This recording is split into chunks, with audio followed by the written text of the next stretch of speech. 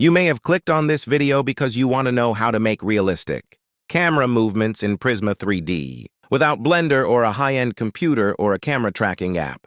Well, today's your lucky day because I'll show you how right now. Get a human in an existing project or start a new one.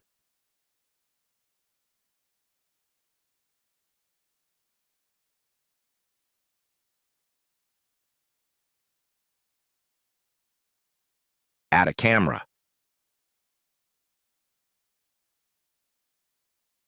Put the camera in front of the human's head.